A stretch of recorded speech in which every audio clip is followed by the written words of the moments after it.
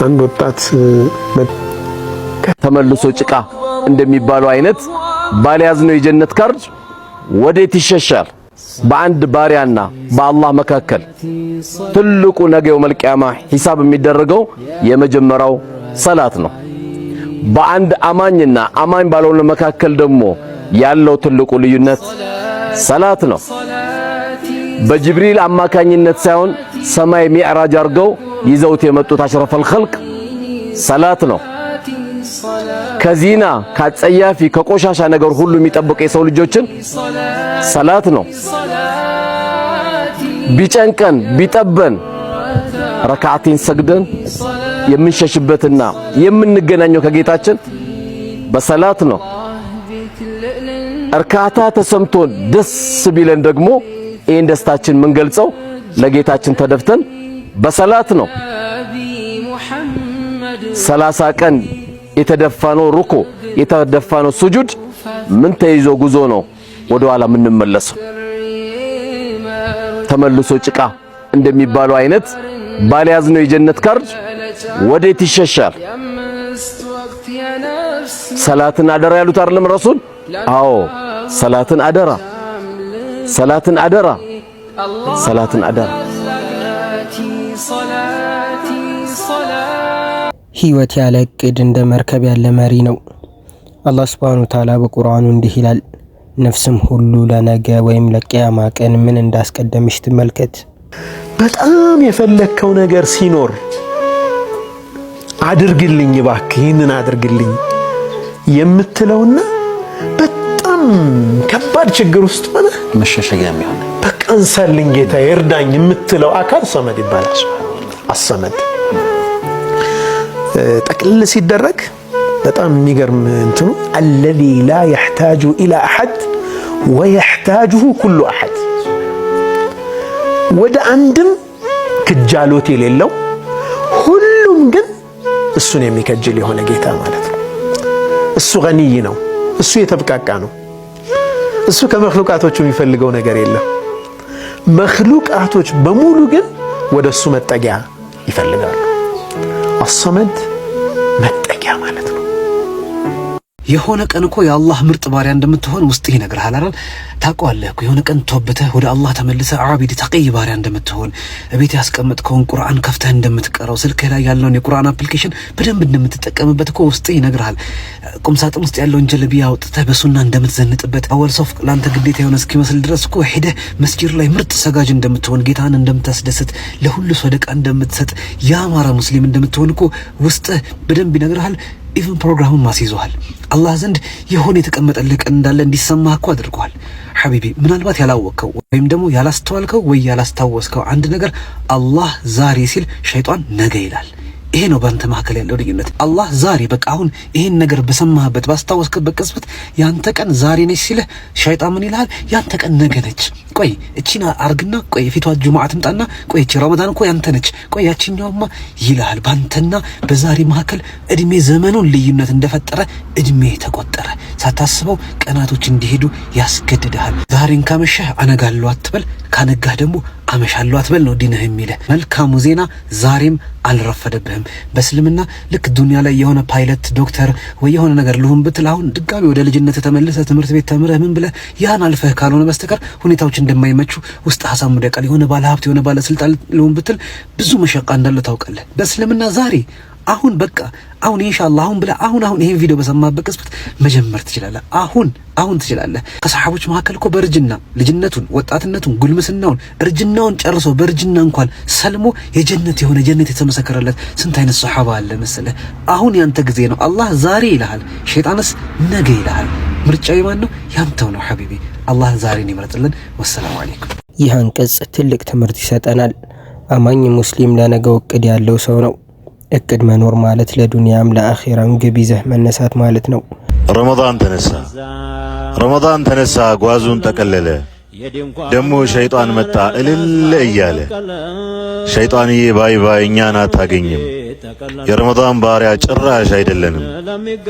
በተከበረው ወር ስንቃችን ሸክፈን በራህመት ተከበን ከነፍስያ ውስዋስ ባንተው ተጠብቀን ረመዳንን ሳይሆን አንተን ከሚገዙት ባሮችህ መድበን። አሚን። አላህዋ አላህ ሱብሓነሁ ወተዓላ ባሮቹን በጣም ስለሚወዳቸው ከለፉበት ውጭም ሰርፕራይዝ የሚያደርጋቸው ያልጠበቁት ነገር ዝም ብሎ የሚሰጣቸው ነገር አለ።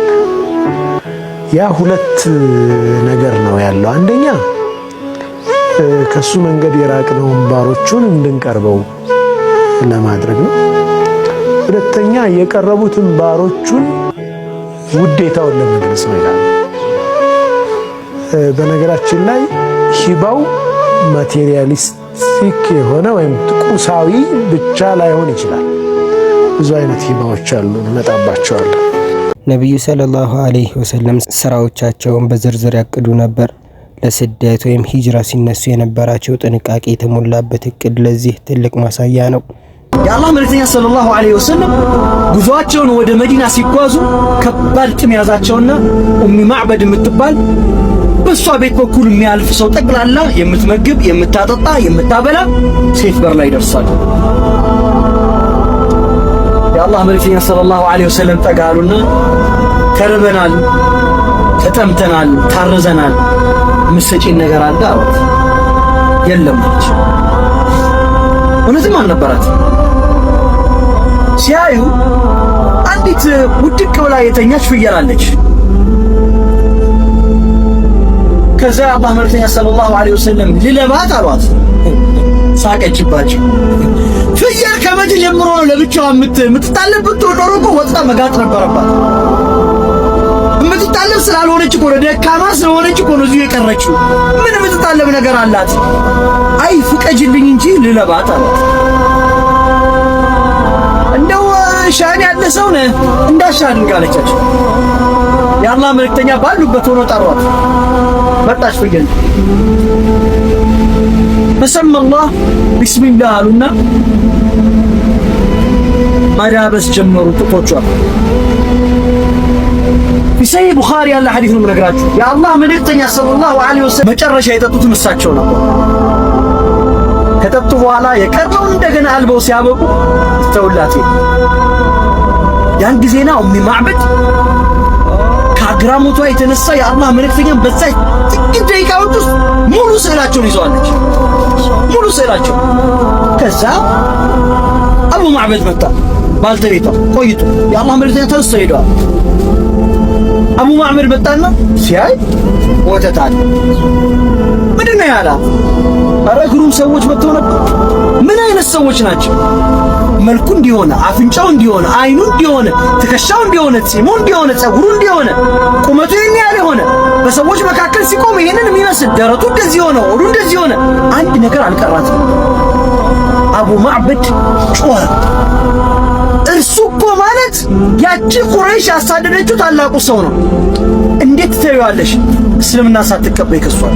በቅርቡ አንድ ኢንተርቪው ሲከታተል ከዓመታት በፊት አንድ ታዋቂ መልቲ ቢሊየነር አንድን ቃል ይላል። አፍሪካ ውስጥ ለአንድ ትልቅ ስራ ሄድኩ ይላል። ሆቴሉ ነው የሚያርፈው፣ በሊሞዚን ነው የሚንቀሳቀስ። ሆቴሌ ላይ የሚያስተናግደኝ አንድ ጥቁር ወጣት አለ። በጣም ወደድኩት ይላል። ከዛም አንድ ቀን በድፍረት ተጠጋኝና ቲፕ ስሰጠው ልጋብዝህ አለኝ። እኔም ምን ትጋብዘኛለህ? ጋብዘኝ ይሻላል፣ ግን ምጋብዝህ ቤቴ ነው አለኝ። አንተ ቤት ደስ ይበለው ብዬ ይሻል። በሊሞዚኑ ተንቀሳቀስ። በጣም ወደ ሚያስፈራ መንደር ውስጥ ገባው ይላል። እንደምንም ቤቱ ደረስኳል።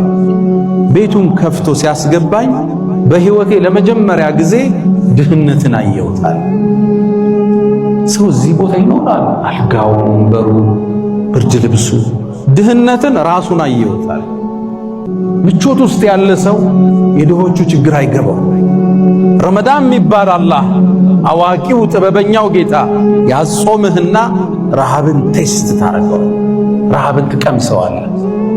ወገበን ይዘህ ስትጠማዘዝ ትንሽ ልተኛ ስትል እንዲህ ራበው ሰው አለ ማለት። ረመዳን ዓላማው ጥልቅ ነው። ለዓለኩም ተተቁን አላህን ትፈሩ ዘንድ ይከጀላል። ጠንቃቆች እንድትሆኑ፣ ለድሆቹ እንድታዝኑ፣ አካፍለህ እንድታድር ይዘኸው አትጓዝ። ከገንዘብህ ፐርሰንቴጅ እንዲኖር አይደለም ዘካ ልታስቀር። ከምታተርፈው ትርፍ 100 ሚሊዮን አተረፍ 10 የድሆች ነው እንድትል ነው አላ እንጂ ዘካዋ ስትደርስ 2.5 ለማውጣት ሂሳብ ስትሰራ እንድትውላል። የራበው አለ፣ አንተ ተመሽቷል፣ አንተ መኪና እየቀያየርክ ነው፣ ቤትህም ያምራል፣ አላህ ይባርክልህ። ስራ ስፋ ይመችህ፣ ግን ደግሞ ምስኪኖችንም አትርሳ። የረመዳን አንዱ ዓላማ እሱ። ብዙዎቻችን ህይወት በራሷ ጊዜ ትመራናለች ብለን እናስባለን። ነገር ግን እቅድ ከሌለህ የሰይጣን ሰለባ መሆንህ አይቀርም። ዛሬውኑ ተነስ። አንደኛ ለአምልኮህ ወይም ለሰላትህና ለቁርአንህ እቅድ ይኖረህ። ሁለተኛ ለእውቀትህና ለስራህ ግብ አስቀምጥ። ሶስተኛ ለቤተሰብህና ለራስህ ለውጥ ጊዜ መድብ። የቂያማ ቀን አላህ ሱብሓነሁ ወተዓላ ከፍ የሚያደርጋቸው ሰዎች ዝቅ ያሉትን ሰዎች ናቸው። ትሁት የሆኑትን ሰዎች ነው። ወመን ተጣወል ከፍ ከፍ የሚል አለሁ ከኔ በላይ ማን አለ? በዒልም በል በምን በል በሁሉም ነገር እኔ ነኝ። እኔ ከሌለው እኮ ዓለም ምጠፋ ነው የሚመስለው። እንዲህ ብሎ የሚያስብ ሰው እንዲህ አይነቱን ሰው ወضعه الله يوم القيامة የቂያማ ቀን አላህ ዝቅ ያደርገዋል። ያለ እቅድ የምትኖር ከሆነ የሌሎችን እቅድ እየፈጸምክ እንደሆነ ወቀው።